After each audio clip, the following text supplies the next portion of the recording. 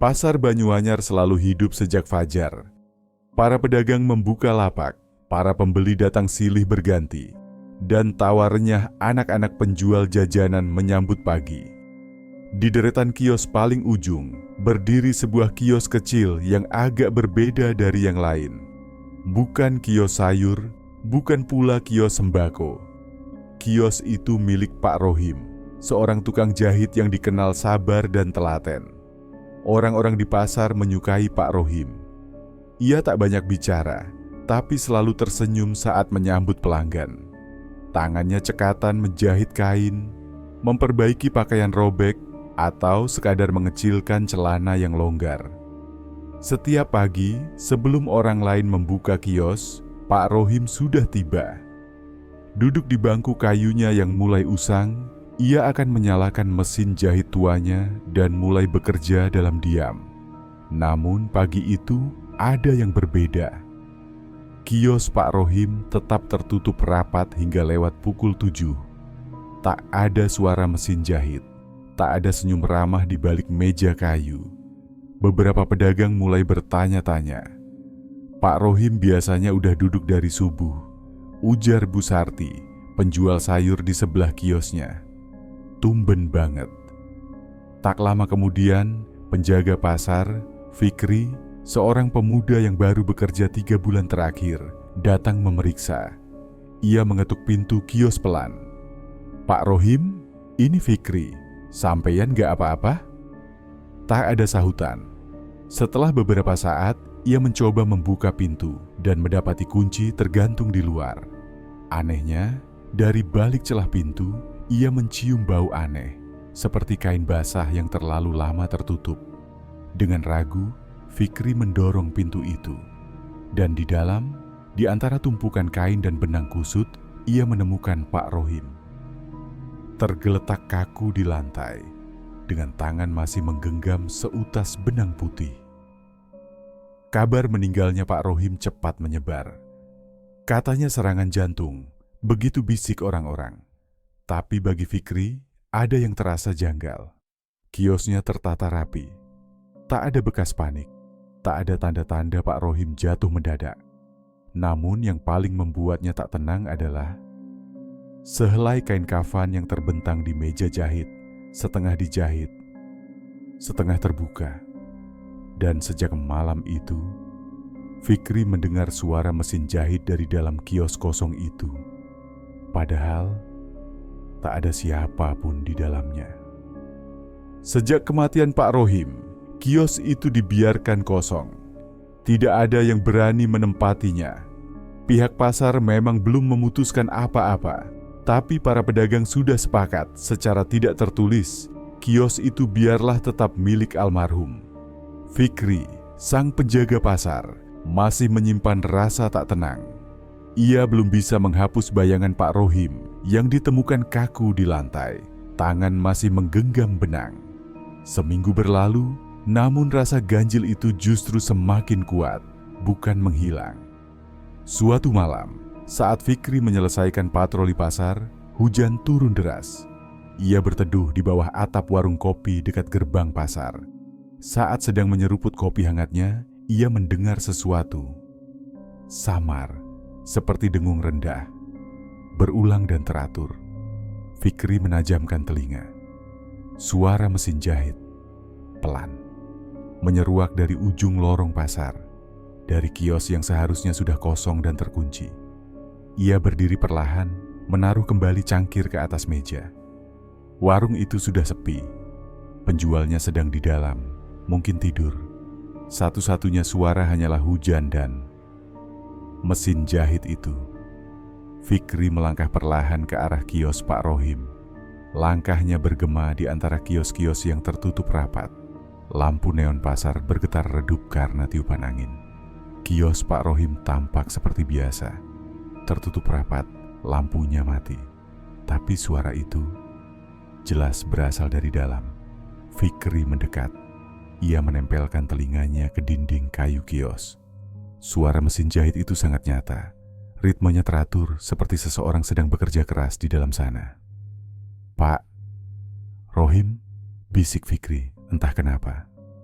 Tiba-tiba suara itu berhenti. Fikri menegang. Ia melangkah mundur pelan. Tapi sebelum sempat pergi, ia melihat sesuatu dari celah jendela papan kios. Bayangan, seseorang duduk di kursi jahit. Punggungnya tegak, tubuhnya dibalut kain putih, dan kepalanya menghadap ke bawah, seperti menunduk pada jahitannya. Namun yang membuat Fikri tercekat, kepalanya dibalut kain, rapat, seperti kafan. Fikri mundur 2 langkah, ingin berbalik lari, tapi tubuhnya terpaku. Dalam detik itu, bayangan di dalam kios perlahan menoleh. Dan dari balik celah jendela yang sempit, Fikri melihat sepasang mata pucat menatapnya lurus dari balik kafan yang kusut. Keesokan paginya, Fikri duduk termenung di pos jaga. Wajahnya pucat, matanya merah, jelas tidak tidur semalaman. Sejak melihat bayangan berkafan di balik jendela kios Pak Rohim, pikirannya kacau. Namun satu hal yang terus mengganggunya, kenapa Pak Rohim kembali ke kiosnya? Dan apa maksud suara mesin jahit di tengah malam? Ia tahu, ini bukan mimpi.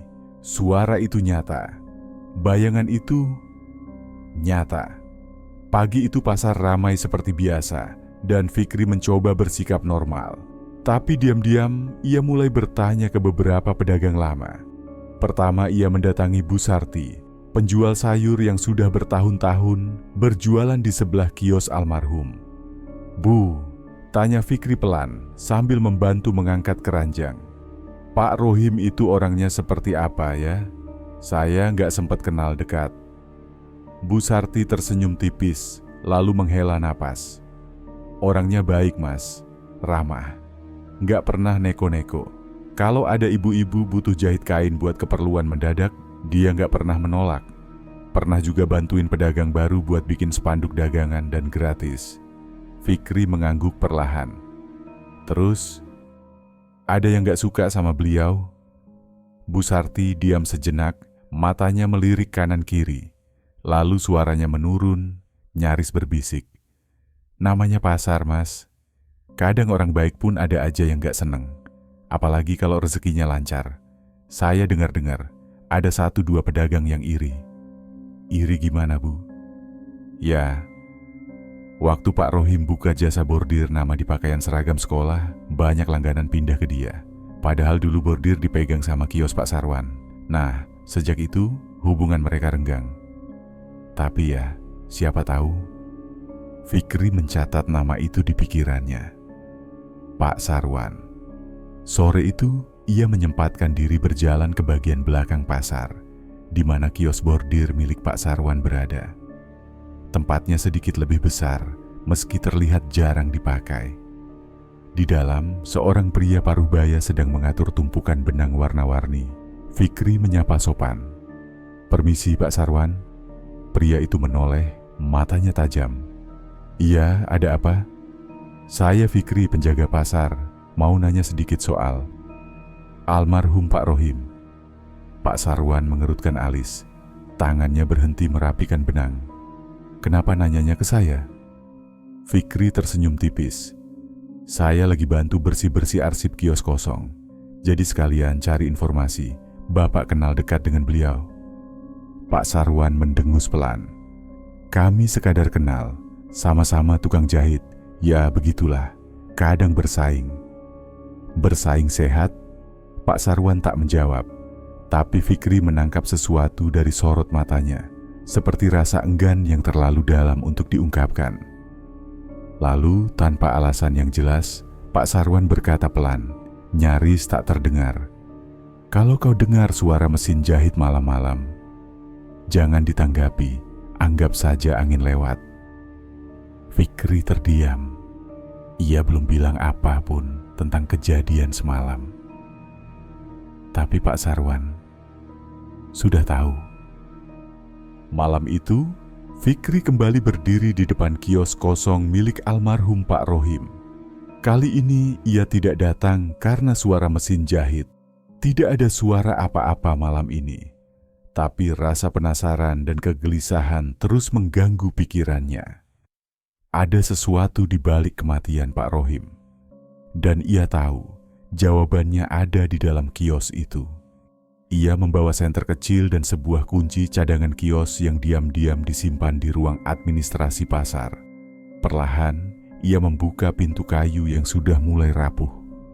Bau lembab langsung menyambutnya, dan suasana di dalam benar-benar hening. Mesin jahit tua masih berdiri di sudut ruangan, seperti biasa. Kain kafan yang dulu setengah dijahit, kini tertutup debu tipis. Fikri melangkah perlahan, menyusuri tiap sudut. Ia menyalakan senter, menerangi kolong meja, rak kain, dan lemari kecil di pojok belakang. Di bawah meja mesin jahit, ada sebuah peti kayu kecil, tertutup kain berwarna coklat. Fikri menariknya keluar perlahan. Peti itu ringan, tapi terlihat tua. Ia membuka penutupnya. Di dalamnya hanya ada beberapa lembar kain putih dan sebuah buku catatan kecil. Fikri membalik lembar demi lembar. Di dalamnya tertulis daftar pesanan, tanggal, dan catatan singkat. Namun yang menarik perhatiannya adalah halaman terakhir. Tulisan tangan Pak Rohim tampak lebih tergesa di sana. Hanya ada satu catatan. Bila aku belum sempat menyelesaikan kain kafanku sendiri, maka aku belum bisa pergi. Fikri membeku.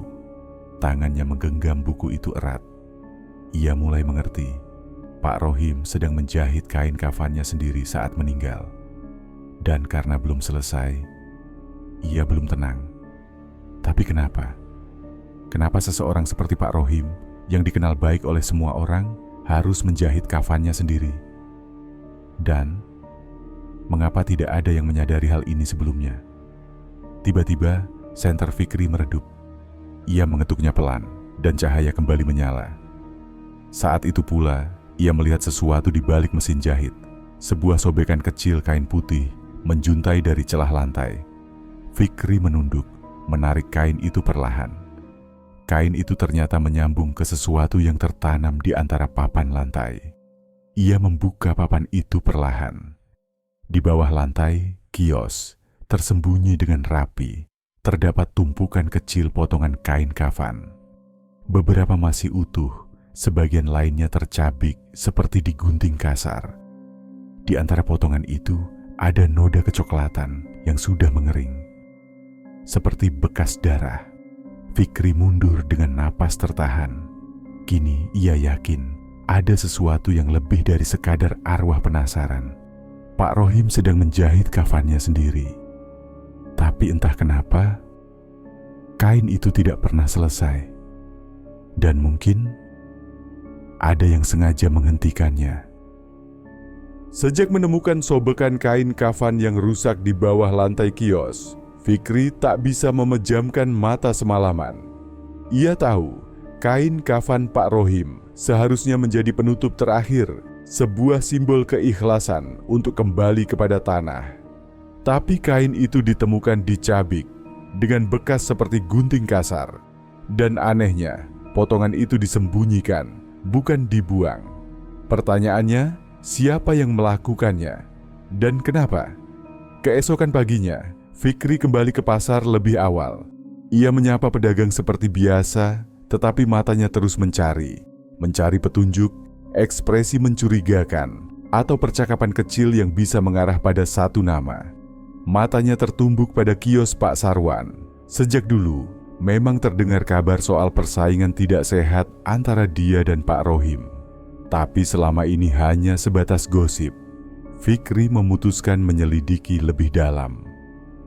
Siangnya, ia menghampiri Bu Mul, petugas kebersihan yang sudah lama bekerja di pasar. Perempuan tua itu dikenal tahu banyak, karena setiap pagi ia menjadi yang pertama masuk sebelum kios dibuka. Bu Mul, sapa Fikri pelan. Boleh nanya soal Pak Rohim lagi? Bu Mul berhenti menyapu. Kenapa Mas Fik? Fikri menatapnya serius. Ibu ingat, waktu malam sebelum Pak Rohim ditemukan meninggal, ada yang masuk ke kios beliau? Bu Mul berpikir sebentar, lalu mengangguk perlahan. Ada yang aneh waktu itu. Sekitar habis maghrib, saya lihat lampu kios Pak Rohim nyala. Padahal biasanya beliau pulang sebelum asar. Fikri mengerutkan alis. Siapa yang masuk? Saya nggak lihat orangnya jelas, tapi saya dengar suara orang dari dalam. Seperti ada yang marah, bersuara pelan, tapi nadanya tinggi. Setelah itu lampu mati. Saya pikir cuma Pak Rohim sama pelanggan, jadi saya nggak kepikiran apa-apa. Suara laki-laki? Iya, suaranya agak berat. Fikri semakin curiga. Ia ingat suara Pak Sarwan berat dan pendek-pendek. Tapi menuduh langsung tanpa bukti hanya akan membuat masalah baru. Malam harinya ia kembali mengintip kios Pak Sarwan dari kejauhan. Di sela-sela kayu, ia melihat Pak Sarwan sedang membuka lemari kecil di pojok kiosnya. Ia mengeluarkan sesuatu. Gulungan kain putih, kain kafan. Fikri terkejut. Ia mendekat lebih hati-hati, bersembunyi di balik pilar pasar. Dari kejauhan, terlihat Pak Sarwan meneliti kain itu, lalu mengguntingnya sedikit di ujung. Kenapa dia melakukan itu? Tiba-tiba, pintu kios terbuka dan Pak Sarwan keluar. Fikri buru-buru bersembunyi. Ia menunggu hingga pria itu pergi meninggalkan kios, lalu pelan-pelan masuk ke dalam melalui pintu yang tertutup rapat tapi belum dikunci sepenuhnya. Di dalam, ia melihat lemari kecil terbuka. Kain kafan itu masih ada. Dan di atas meja jahit ada sebuah bingkai foto lama. Foto beberapa tahun silam saat pasar merayakan ulang tahun ke-30. Pak Rohim berdiri di tengah. Wajahnya tersenyum ramah. Dan di belakangnya, Pak Sarwan. Wajahnya tegang.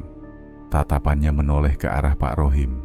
Dan Fikri baru menyadari, sorot mata itu penuh benci. 2 hari berlalu sejak Fikri menyelinap ke kios Pak Sarwan dan melihat potongan kain kafan. Semakin hari, pikirannya semakin berat. Ia tahu ada yang tidak beres. Ini bukan sekadar iri antar pedagang. Ada dendam yang belum selesai. Fikri memutuskan mendatangi seseorang yang sudah tidak lagi berjualan di pasar, namun pernah cukup dekat dengan Pak Rohim, Pak Darsa, mantan pedagang kelontong yang sekarang tinggal di rumah tua tak jauh dari pasar. Pak Darsa, ucap Fikri setelah memperkenalkan diri dan menjelaskan maksud kedatangannya. Saya dengar dulu Bapak dekat dengan almarhum Pak Rohim. Saya ingin tahu apa yang sebenarnya terjadi antara beliau dan Pak Sarwan. Pak Darsa, yang awalnya tampak enggan berbicara, akhirnya menatap Fikri lekat-lekat. Kau lihat sendiri ya? Tanyanya datar. Fikri mengangguk pelan. Saya dengar suara mesin jahit di kios kosong itu. Saya juga lihat kain kafan yang belum selesai dijahit. Dan saya yakin itu bukan tanpa sebab. Pak Darsa menunduk, lalu mulai bercerita. Dulu Pak Rohim itu bukan siapa-siapa. Dia belajar menjahit dari nol. Yang ngajari dia justru Pak Sarwan sendiri. Awalnya mereka akrab, tapi sejak Pak Rohim mulai buka kios sendiri, pelanggan malah lebih suka ke dia. Karena hasil jahitannya lebih rapi, lebih cepat selesai, dan murah hati pula. Fikri mendengarkan dengan saksama. Pak Sarwan gak bisa terima. Dia merasa dikhianati. Padahal Pak Rohim gak pernah berniat menyaingi. Tapi yang bikin mereka benar-benar renggang, itu waktu tender jahit seragam sekolah.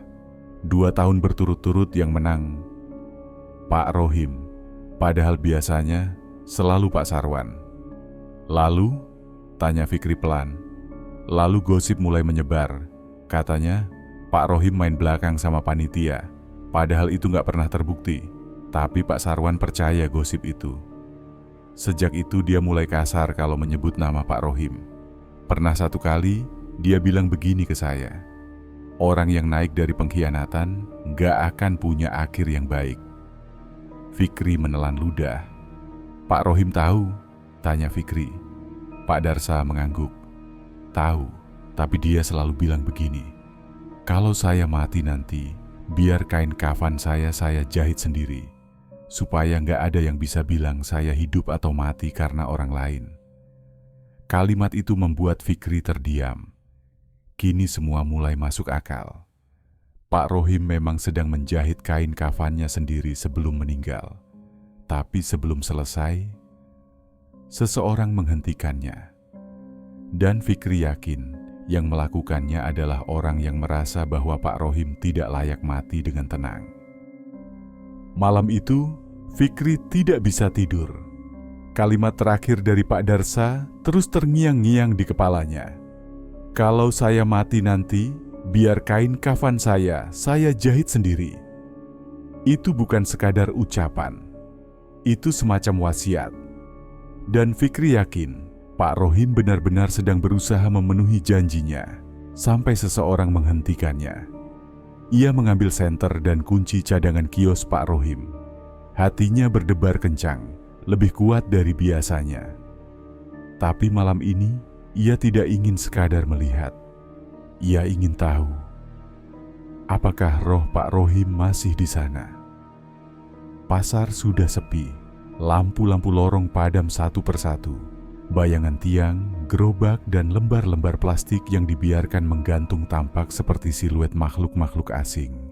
Fikri berhenti di depan kios Pak Rohim, lalu perlahan membuka kuncinya.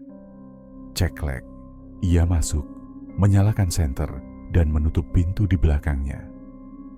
Ruangan itu gelap dan pengap seperti biasa, tapi ada sesuatu yang berbeda malam ini. Udara di dalam terasa lebih berat, seperti ada yang menyelimuti tubuhnya. Bukan hawa dingin, tapi rasa diawasi. Fikri menyalakan mesin jahit, tidak untuk menggunakannya, tapi untuk melihat sesuatu.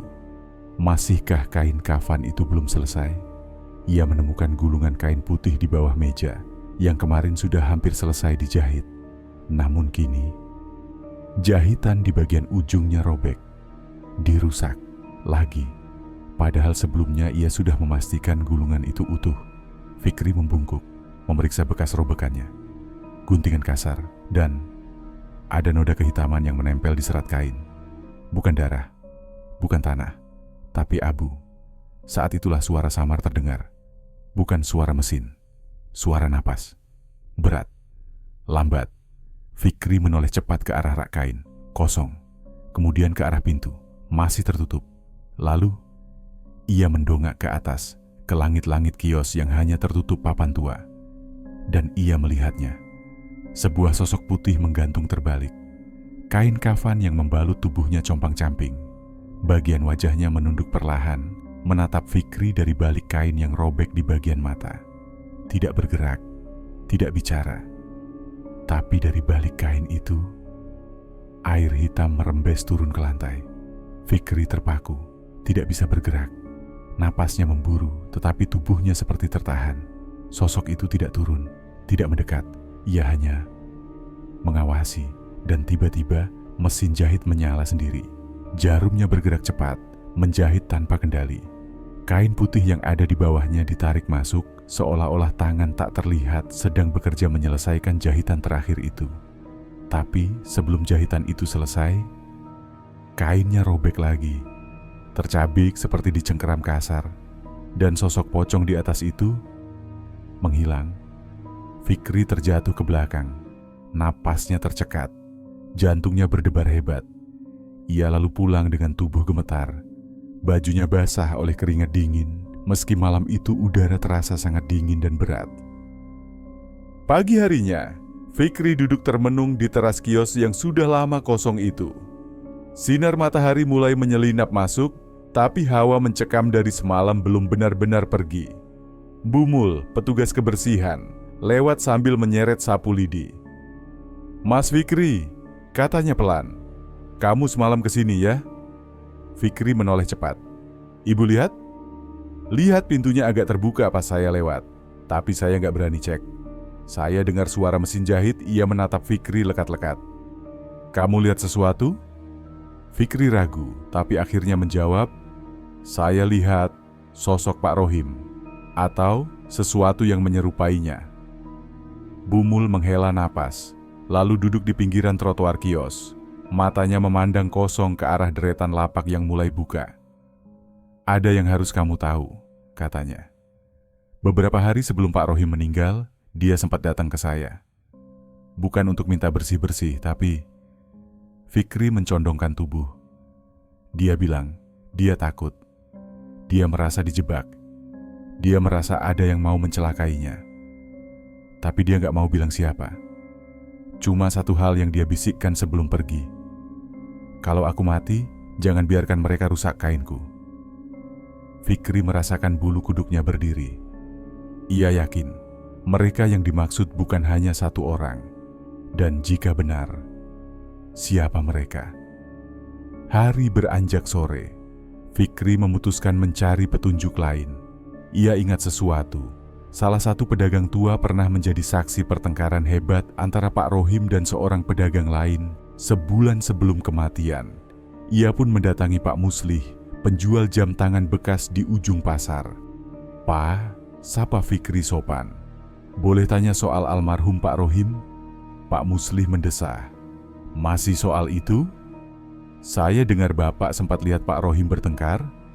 Pak Muslih terlihat gelisah, tapi akhirnya ia berkata lirih, "Waktu itu malam, pasar udah sepi. Saya belum pulang karena ada pembeli terakhir. Saya dengar suara keras dari arah kios jahit. Saya intip dari selapapan Fikri menunggu dengan napas tertahan. Itu bukan cuma Sarwan, ada dua orang lain. Yang satu saya kenal, namanya Seno, tukang sablon yang lapaknya tutup karena bangkrut. Yang satu lagi," Pak Muslih mengernyit, "saya nggak tahu namanya, tapi dia sering nongkrong bareng Sarwan dan Seno. Ngomongnya kasar, sering mabuk. Saya lihat mereka bertiga dorong-dorongan sama Pak Rohim, tapi saya nggak berani campur. Beberapa hari kemudian, ya kamu tahu sendiri." Fikri terdiam. Tiga orang yang punya alasan membenci Pak Rohim. Dan sekarang mereka mungkin sedang berusaha menghalangi Pak Rohim untuk menyelesaikan kain kafannya. Menghalangi dia untuk tenang. Malamnya, Fikri kembali ke kios. Tapi kali ini, ia tidak sendiri. Ia membawa perekam suara kecil yang diselipkannya di bawah meja jahit. Lalu ia menutup kios dan duduk di luar, pura-pura tidur. Hampir pukul 2 dini hari. Udara mendadak berubah dingin. Mesin jahit kembali menyala. Suara jarum menusuk kain menggema. Tapi kali ini tidak hanya itu. Fikri mendengar suara langkah. Pelan, berat. Dan suara seseorang tertawa kecil, lirih, serak. "Tak akan kubiarkan kau selesai, Rohim." Fikri membuka matanya lebar-lebar. Ia menoleh ke dalam dan melihat bayangan hitam berdiri di belakang mesin jahit, menggenggam gulungan kain kafan yang sedang dijahit oleh tangan-tangan tak terlihat. Dan di sudut ruangan, pocong itu muncul lagi. Wajahnya menoleh ke arah Fikri. Tapi kali ini, air mata menetes dari balik kain wajahnya yang robek. Pagi harinya, Fikri duduk di dalam kios Pak Rohim yang dingin dan masih menyisakan jejak semalam. Mesin jahit itu tidak bergerak lagi, tapi bekas gulungan kain kafan masih ada di sana. Seperti dibiarkan dengan sengaja, belum selesai. Fikri menggenggam alat perekam suara yang tadi malam ia sembunyikan. Tangannya gemetar saat menekan tombol putar. Suara rekaman berdesis, lalu terdengar samar suara mesin jahit. Kemudian muncul suara langkah berat. Dan tak lama, suara itu, "Kau pikir bisa mati begitu saja, Rohim?" Suara laki-laki, tua, serak, penuh dendam. "Kau curi semua pelangganku. Kau buat aku jadi bahan tertawaan. Sekarang kau mau mati tenang? Tidak semudah itu." Fikri mendengarkan dengan napas tertahan. "Kain kafanmu akan selalu kurobek. Tak akan kubiarkan kau menyelesaikannya. Tak akan kubiarkan kau tenang sebelum aku puas melihat usahamu hancur." Lalu, terdengar suara mesin berhenti. Diikuti gumaman lirih, suara kedua yang jauh lebih lemah. "Aku hanya ingin selesai agar bisa pergi." Fikri menahan nafas. Suara kedua itu adalah suara Pak Rohim. Lirih, letih, nyaris memohon. Kemudian rekaman berakhir dengan teriakan samar, seperti angin yang tertahan lama dan meledak dalam kesunyian. Hari itu, Fikri memutuskan menyimpan rekaman itu. Tapi ia tahu ini bukan hanya tentang suara. Ini tentang kebenaran. Ia mengingat kembali 3 nama yang disebut Pak Muslih. Sarwan, Seno, dan satu pria yang belum dikenal. 3 orang yang diduga ikut mengintimidasi Pak Rohim sebelum kematiannya. Ia kembali mencari jejak. Dan siang itu, ia mendapat kabar dari salah satu pedagang tua lainnya bahwa Seno, tukang sablon yang bangkrut, tinggal di rumah kecil di pinggiran pasar. Sejak kehilangan lapaknya, Seno hidup menyendiri dan jarang keluar. Fikri pun mendatangi rumah itu. Rumah Seno tampak kusam. Catnya mengelupas, pagar kayunya miring. Fikri mengetuk pintu perlahan. Tidak ada jawaban. Ia mencoba lagi, lebih keras. Setelah lama, terdengar suara dari dalam. "Siapa?" "Saya Fikri, anak pasar. Mau bicara sebentar?" Pintu dibuka pelan. Seno berdiri di baliknya. Matanya cekung, wajahnya kurus, dan tubuhnya sedikit membungkuk seperti selalu menahan beban. "Ngapain?" tanyanya ketus. "Saya tahu soal Pak Rohim." Ekspresi Seno langsung berubah. Wajahnya menegang. Fikri melanjutkan, "Saya tahu ada yang tidak beres, dan saya tahu Bapak tahu lebih banyak dari siapapun." Seno memandangi Fikri sejenak. Lalu tiba-tiba pintu dibanting. Tapi dari dalam terdengar suara pelan. "Saya nggak mau diganggu arwah orang itu lagi. Saya cuma ikut-ikutan." Fikri mengetuk lagi. "Tolong, saya hanya ingin tahu kebenaran. Kalau memang Bapak cuma ikut-ikutan, kenapa arwahnya tetap datang?" Hening. Lama. Lalu dari dalam, suara Seno terdengar seperti menangis. "Karena saya yang robek kain kafannya." Sore itu, langit berwarna kelabu. Aroma hujan yang belum turun menggantung di udara. Fikri berdiri di depan rumah Seno lagi, membawa rasa penasaran yang belum terjawab. Kali ini ia tidak mengetuk pintu terlalu keras, cukup 2 ketukan, lalu menunggu. Beberapa menit kemudian, pintu kayu itu terbuka sedikit. Seno, dengan wajah lebih lesu dari sebelumnya, muncul di baliknya. "Kau lagi?" gumamnya. "Saya cuma mau dengar cerita yang sebenarnya," kata Fikri pelan. "Biar Pak Rohim bisa tenang." Seno terdiam, lalu membuka pintu sepenuhnya. "Masuklah, tapi jangan lama-lama." Di ruang tamu sempit yang pengap, Fikri duduk berhadapan dengan Seno. Tak ada suara selain bunyi kipas angin tua yang berderit pelan. Di luar, petang turun perlahan. "Aku gak pernah niat jahat," kata Seno tiba-tiba. Tapi waktu itu, tekanan hidup bikin mata jadi gelap. Warungku sepi, semua orang ke Pak Rohim, bahkan pelanggan tetapku pun pindah. Ia menatap kosong ke dinding. Kami mulai curiga. Sarwan yang pertama kali bilang kalau Rohim pasti pakai penglaris. Dia ngajak aku dan 1 orang lagi. Fikri menegakkan tubuhnya. "Siapa orang ketiga?" Seno menghela napas panjang. "Namanya Warto. Dulu dia punya lapak bahan jahit. Letaknya seberang kios Pak Rohim. Tapi usahanya makin mundur, lalu bangkrut. Sejak itu dia pendam dendam. Bahkan sebelum Sarwan ajak bicara, Warto udah lama nyumpahin Pak Rohim." "Warto?" Fikri mencoba mengingat. "Yang sekarang jualan di pasar loak?" Seno mengangguk. Dia pindah ke situ setelah kejadian itu. Lalu ia melanjutkan pelan, seperti takut dinding ikut mendengar. "Waktu itu malam Jumat, kami bertiga masuk diam-diam ke kios Pak Rohim. Kami cuma mau ngacak-ngacak barang, biar orang takut. Tapi waktu lihat kain kafan yang sedang dijahit, Warto, seperti kesurupan, dia langsung tarik gunting dan merobeknya. Berkali-kali. Katanya, 'Kau nggak pantas pakai ini. Kau nggak layak mati baik-baik.' Fikri mengatupkan rahangnya. Rohim tahu, tapi dia nggak lapor. Dia hanya diam, tetap buka kios keesokan harinya. Tapi sejak itu, wajahnya berubah, pucat, dan tak lama dia jatuh sakit. Tiba-tiba, Seno menunduk, suara gemetar. Dia mati gak lama setelah itu, tanpa sempat menyelesaikan kain kafannya. Fikri pulang malam itu dengan kepala penuh pertanyaan.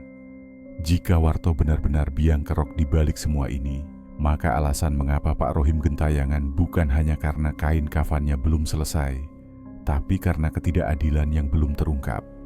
Dan sekarang satu nama baru muncul, Wartosch. Fikri tidak menunggu lama. Keesokan paginya, ia menuju Pasar Loak yang terletak di bagian belakang kompleks Pasar Lama. Tempat itu jarang didatangi anak muda. Sempit, pengap, dan penuh dengan suara tawar-menawar barang-barang bekas yang berserakan. Ia berjalan melewati lorong sempit hingga tiba di sudut paling ujung. Di sanalah lapak Warto berada, tertutup kain-kain usang dan gulungan benang kusut. Di belakang meja kayu reyot, Warto duduk dengan posisi malas, sebatang rokok di tangan dan tatapan kosong ke depan. Fikri mendekat. "Pagi, Pak Warto." Warto melirik. "Nggak jual mesin. Kalau mau kain, pilih sendiri." "Saya nggak nyari barang, Pak. Saya mau bicara tentang almarhum Pak Rohim." Warto mendengus pelan. Ia tidak menjawab, hanya meniup asap rokok ke samping. "Saya dengar Bapak dan 2 orang lainnya terlibat dalam kejadian sebelum beliau meninggal. Pak Seno udah cerita. Dan kamu pikir saya akan cerita juga?" Warto menatap tajam, kali ini penuh sorot dingin. "Mau apa kamu sebenarnya?" "Saya cuma mau tahu kenapa kalian sampai merobek kain kafan milik orang yang bahkan tidak pernah menyakiti kalian?" Warto tertawa, pendek dan sinis. "Rohim itu orang sok suci. Dia pura-pura baik, pura-pura sederhana. Tapi dari belakang, dia rebut semua pelanggan. Pelan-pelan, diam-diam. Aku yang udah puluhan tahun dagang di sana malah dilangkahi." Fikri mengerutkan dahi. Tapi itu bukan alasan untuk menghancurkan hidupnya. Warto mematikan rokoknya di pinggir meja. "Kau terlalu muda buat ngerti. Di pasar, kalau kau nggak galak, kau diinjak. Jangan percaya omongan Seno. Dia cuma pengecut yang nyesel belakangan." Ia berdiri, mendekati Fikri hingga jarak mereka tinggal sejengkal. "Kau pikir Rohim bersih? Dia cuma pintar main muka. Semua orang terlena karena senyum ramahnya. Tapi dia tetap saingan. Dan dalam dagang, saingan harus disingkirkan." Fikri menatap Warto dengan rahang mengeras. Dan setelah dia mati, Bapak tidur nyenyak. Warto menyeringai. "Aku masih di sini, masih dagang. Dan dia jadi cerita hantu di kios kosong." Ia lalu duduk kembali dan melambaikan tangan. "Kalau cuma mau tanya soal itu, pulanglah. Jangan ikut campur urusan orang tua. Ini bukan urusanmu." Dalam perjalanan pulang, Fikri tidak bisa menghapus tatapan Warto dari pikirannya. Bukan rasa bersalah, bukan luka, melainkan kesombongan seorang manusia yang tak pernah merasa bersalah. Ia tahu satu hal, arwah Pak Rohim tidak akan pernah tenang selama orang seperti Warto masih merasa menang. Setelah percakapannya dengan Warto, Fikri kembali ke kios tua Pak Rohim malam itu.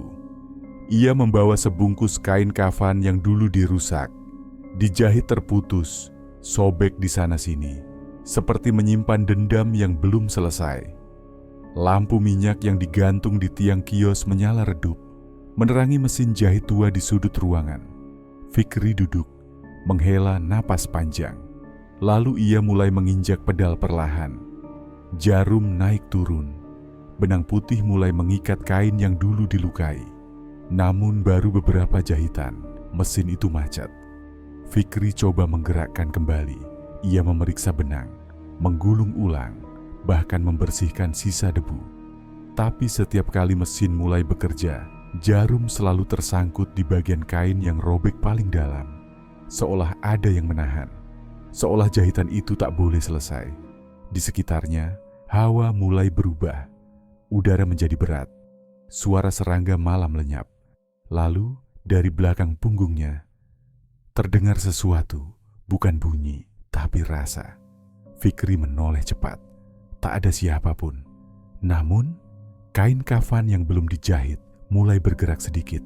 seperti tertarik angin dari arah yang tidak ada. Sementara itu, di tempat lain, Sarwan terbangun tengah malam. Kamarnya gelap, namun ia tahu ada yang berdiri di sudut ruangan. Sosok putih tinggi dengan wajah tertutup kain. Sosok itu tidak bergerak, hanya menatapnya dalam diam. Sarwan berteriak, tapi suaranya tak terdengar.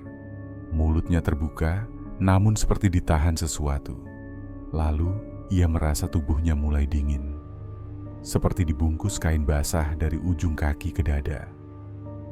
Di rumah Seno, gangguan semakin nyata. Ia mendengar suara mesin jahit dari ruang tamunya. Padahal ia tak punya mesin jahit.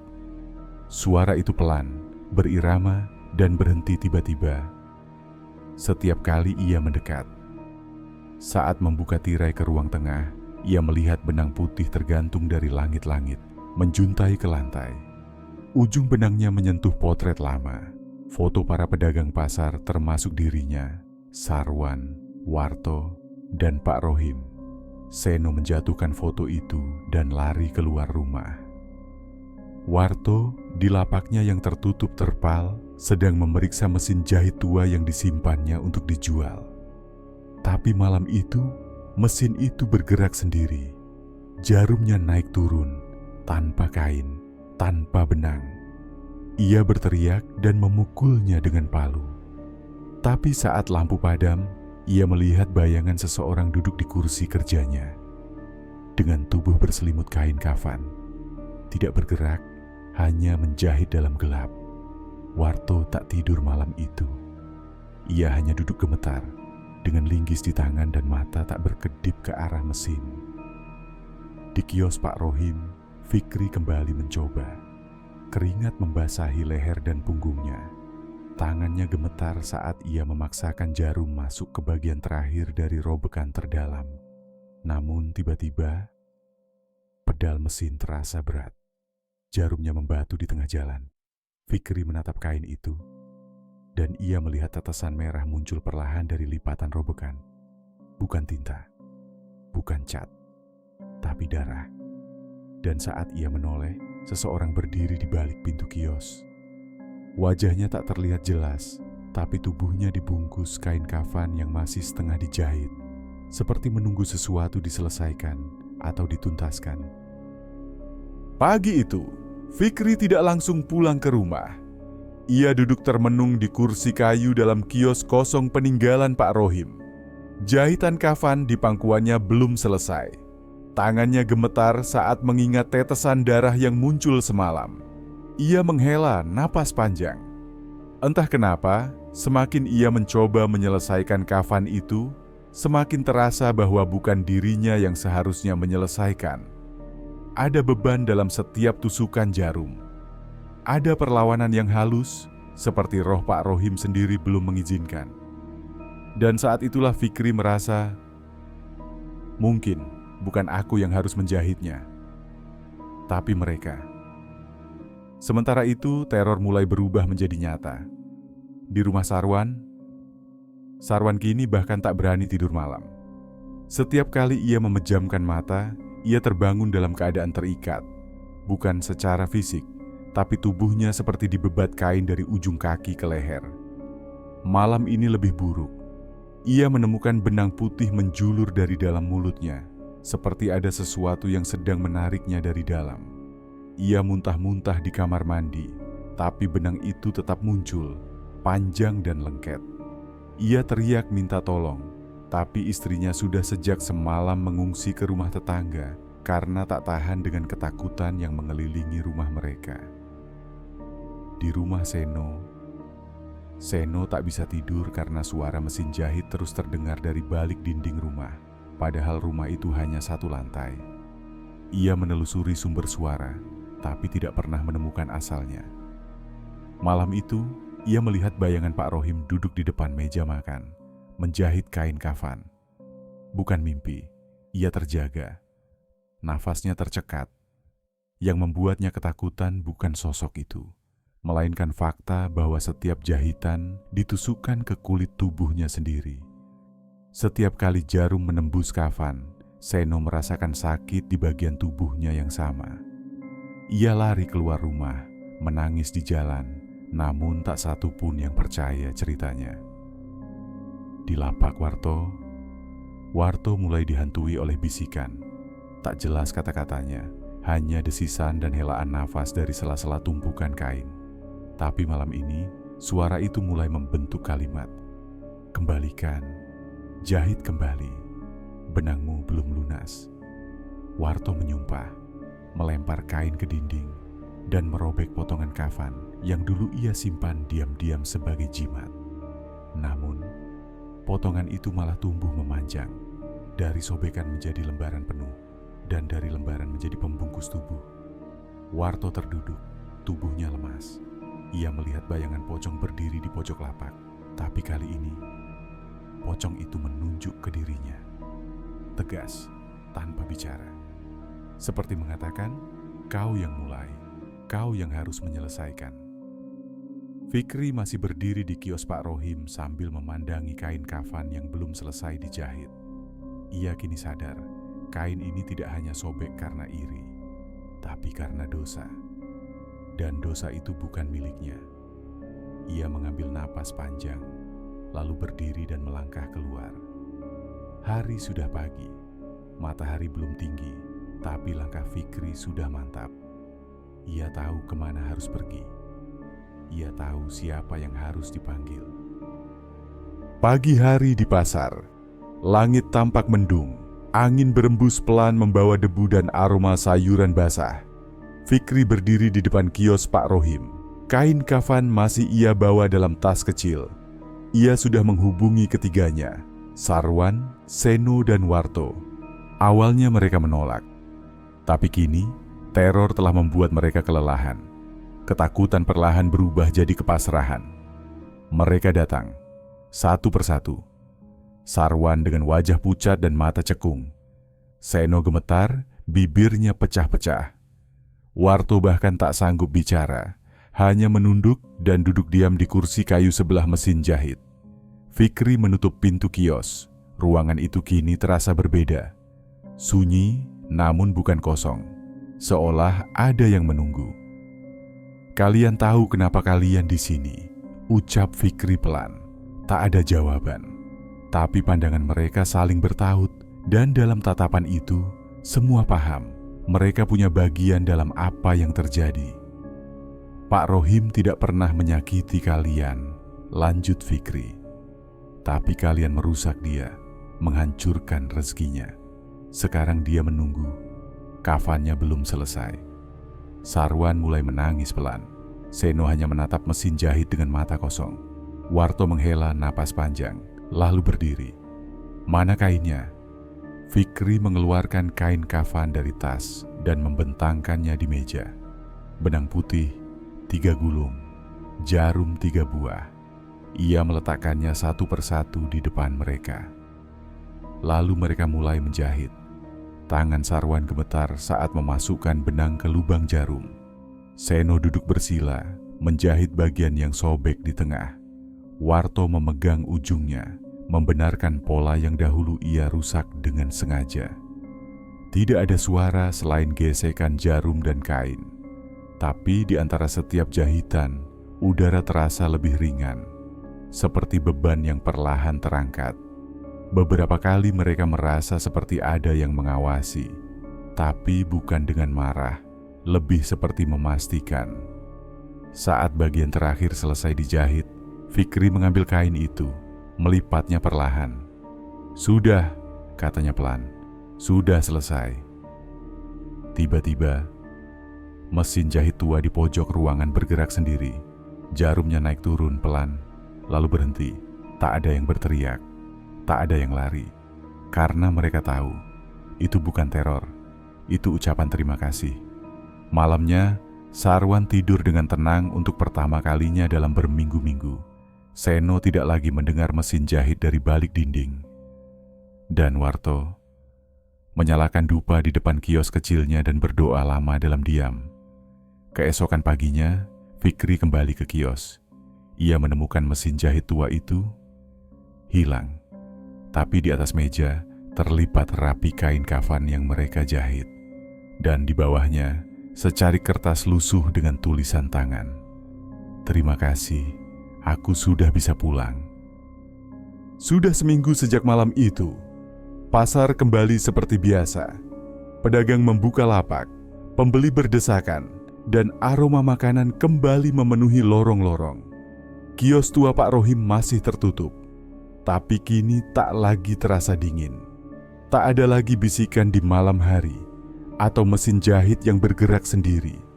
Hanya bangunan kosong yang sedang menunggu waktu untuk benar-benar dilupakan. Fikri duduk di warung kecil dekat pintu masuk pasar, menyeruput kopi panas. Di seberangnya duduk Pak Raji, penjaga pasar yang dulu pertama kali melihat sosok pocong di malam buta. "Kau yakin semua udah beres?" tanya Pak Raji sambil melirik ke arah kios. Fikri tersenyum kecil. Yakin, mereka udah minta maaf. Dan dia udah memaafkan. Pak Raji mengangguk pelan. Matanya menatap jauh, seolah masih tak percaya. "Pak Rohim itu orang baik," gumamnya. "Sayang, iri hati orang lain malah bikin dia disingkirkan." Fikri tak menjawab. Ia hanya menatap gelas kopinya. Ia tahu rasa bersalah itu akan tetap tinggal di hati orang-orang yang dulu menyakitinya. Tapi keadilan kadang tidak datang lewat tangan manusia. Kadang datang lewat benang, kain, dan kesunyian yang menuntut diselesaikan. Sore hari, Fikri kembali ke kios. Ia membuka pintunya perlahan. Udara lembut menyambutnya. Di dalam, meja kerja masih ada, bersih. Tapi mesin jahit tetap hilang sejak malam itu. Ia duduk, membuka lipatan terakhir dari kain kafan yang pernah dijahit bersama. Dan di bagian pojoknya, ia melihat 3 tusukan kecil yang berbeda pola. Bekas tangan-tangan yang pernah merusak, kini menjadi bagian dari penyembuhan. Fikri tersenyum. Lalu ia melipatnya kembali, meletakkannya ke dalam kotak kayu kecil, menutupnya. Dan saat ia keluar dari kios, matahari sore menyorot ke dalam ruangan, menyinari satu-satunya foto yang tergantung di dinding. Foto Pak Rohim tersenyum di depan kiosnya, mengenakan baju batik dan celana kain, dengan tangan menggenggam gulungan benang putih. Dan kisahnya pun selesai.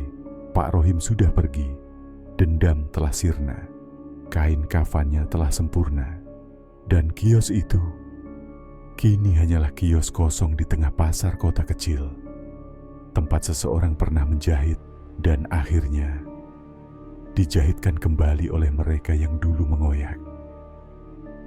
Terima kasih telah menonton video ini. Jangan lupa untuk like, komen, dan subscribe, serta nyalakan notifikasi agar tidak ketinggalan video-video selanjutnya.